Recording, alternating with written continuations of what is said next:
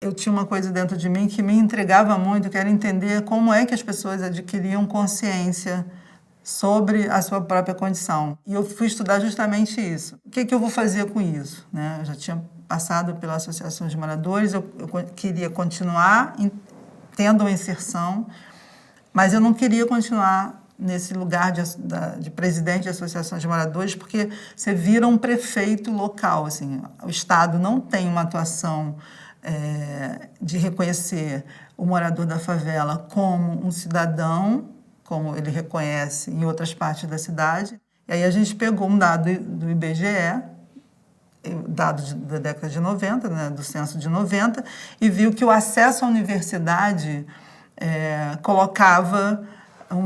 chamava atenção. E na Maré a gente tinha um dado que menos de 0,5% da população da Maré tinha acessado a universidade. Eu entendi naquele momento que isso poderia ser um elemento interessante para trabalhar essa desigualdade, algo muito concreto ali, que poderia, em médio e longo prazo, ser algo importante para mudar aquela realidade. Foi aí que a gente começou o primeiro projeto nosso, foi um pré-vestibular comunitário, que foi em 1997. Ele começou numa igreja católica e de 90 alunos que nós conseguimos, naquele ano, organizar em 2 turmas, 33, a gente conseguiu aprovar 33. Eu conto sempre essa história porque ela é a origem de tudo que a gente acredita e também orienta todo o pressuposto daquilo que a gente queria fazer na Maré, né?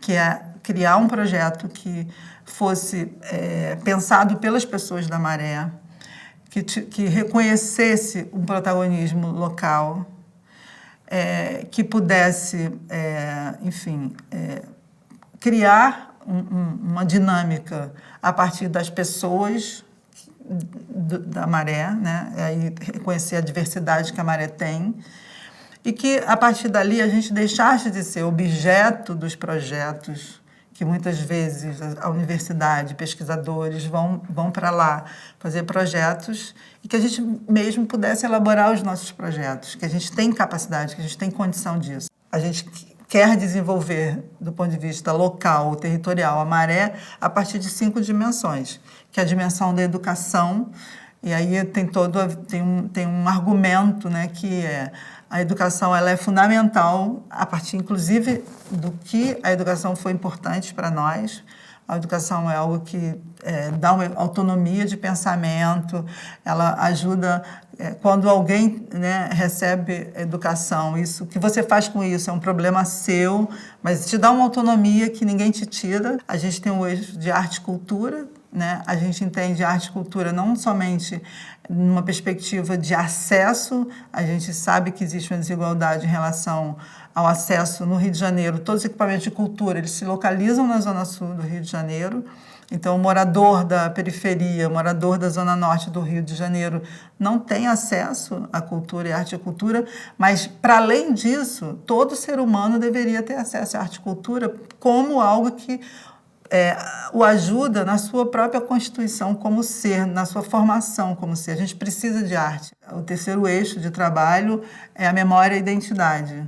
As favelas, elas são representadas de uma maneira extremamente negativa. As favelas e as periferias, de um modo geral, elas são representadas pela negatividade e muitas vezes pela ausência, né, pelo que elas não têm, nunca pelo que elas têm. A gente vê morador da Maré, muitas vezes, negando sua própria história. E a gente, ao contrário, a gente quer afirmar o quanto essa história tem beleza, o quanto essa história é importante, o quanto a cidade do Rio de Janeiro é cidade do Rio de Janeiro porque tem uma Maré, porque tem uma Rocinha. Não existe o Rio de Janeiro sem esses lugares. O quarto eixo é desenvolvimento territorial, e aí é o eixo que trabalha a estrutura da favela, assim, o que precisa acontecer aqui para que direitos se efetivem. Então, desde o direito à urbanização, ao direito à segurança pública, ao direito à educação, ao direito à saúde. Então, é um eixo que elabora sobre os direitos que não existem naquele bairro, naquela região, e que a gente precisa efetivar esses direitos. Então, a gente tem projetos com as associações de moradores, com as organizações, com os moradores, para estar organizando coisas muito básicas que o Estado deveria trazer e não traz. E o quinto eixo foi um eixo meio que imposto, porque a gente entendeu que não adianta trabalhar projetos sociais sem trabalhar hoje de uma maneira estratégica a questão da segurança pública, né? Porque a gente vai trabalhar muito bem projetos sociais e educacionais, mas a gente tem uma questão de um conjunto de violências que acontecem nesses territórios que impedem que outros direitos se efetivem. Então, e o direito à segurança pública é algo que está muito distante de ser efetivado nessas regiões. Então, a gente tem um conjunto de projetos para trazer a dimensão da segurança pública como um direito humano. E aí a gente tem projetos nessa área também. Então, a Maré é um conjunto de favelas, são 16 favelas, cada uma com uma origem muito diferente.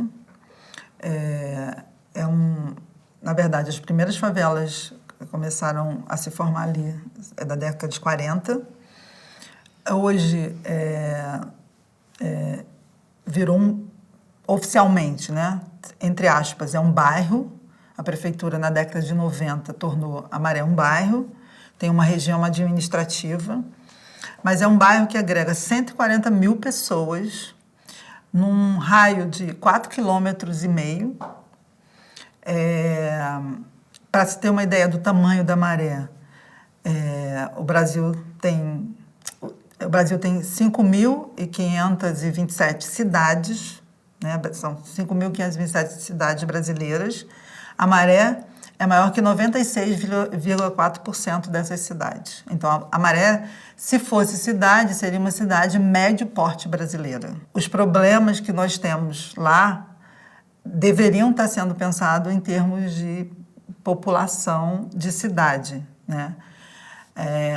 Um dos projetos que nós fizemos na Maré foi um censo populacional e foi um censo cartográfico, porque até a década de 90, as favelas do Rio de Janeiro não figuravam no mapa da cidade, né? Você comprava um mapa da cidade do Rio de Janeiro, você ia numa papelaria, onde era a favela, você tinha ali manchas brancas. E é como se as favelas não existissem na cidade. Não tem uma luta, usando essa luta que eu conheço maior, que é da Maré, onde você não tem mulheres protagonizando, né?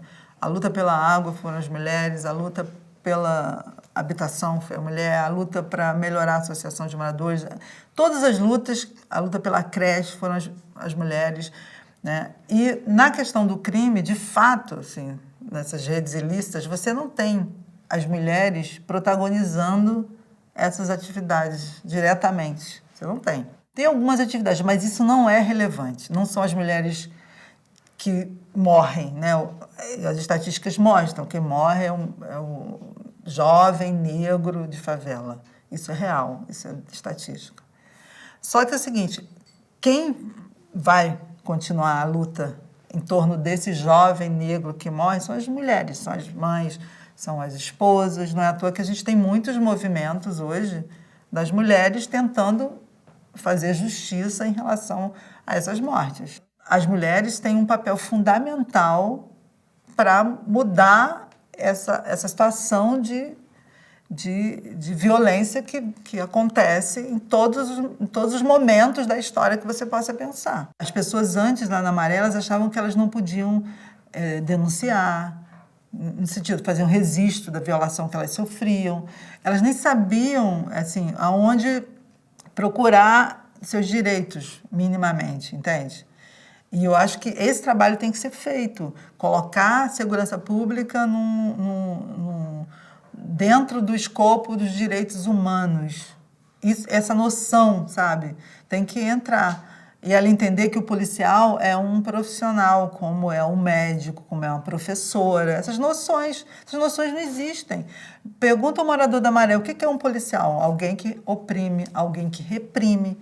Não é um agente público, um servidor público que está ali, que é pago por nós, entendeu? Essas noções não existem. Então, primeiro tem que criar essas noções, né? Eu acho que a morte da vereadora Marielle Franco, né, que tem origem na Maré, que foi aluna do pré-vestibular que eu ajudei a criar na Maré, que é uma liderança que foi forjada nesse processo lá, desse trabalho que eu faço parte na Maré, que eu acho que criou um paradigma diferente para a gente olhar para essa questão aqui que a gente vive no Rio de Janeiro. Quando a gente vem à tona, né, o autor, né, a pessoa que atirou nela, e a gente vê o nível de gravidade, né, com que esse crime foi elaborado, como ele foi pensado, né? E aí esse inquérito é divulgado, e aí é divulgado que outras mulheres, né, eu acho que aí esse elemento foi uma coisa que chamou a atenção, né? Ele, em 2017, ele estava fazendo buscas na internet, tentando achar perfis como o da Marielle para assassinar, né? E dentro desses perfis, o meu também estava lá. A gente está vivendo uma situação muito diferente no Rio de Janeiro, uma situação que coloca as pessoas que estão dentro da militância, são defensores de direitos humanos, estão trabalhando numa situação muito mais vulnerável e muito mais grave, e traz elementos que até então a gente nunca teve, né? O Brasil é um país que, quando a Marielle morreu, foi divulgado assim, 70, naquele ano, né, no ano anterior, a gente teve 70 defensores de direitos humanos mortos no Brasil, o país que mais mata defensores de direitos humanos. Eu acho que, no meu caso, chegou a mim muito pela questão de estar dentro da favela, historicamente, questionando a atuação da polícia. E a gente sabe que a polícia no Rio de Janeiro, uma parte dela é aliada da milícia. A milícia tem origem na polícia, né? Então, não tem como questionar a polícia e isso não, de alguma maneira, respingar na milícia, né?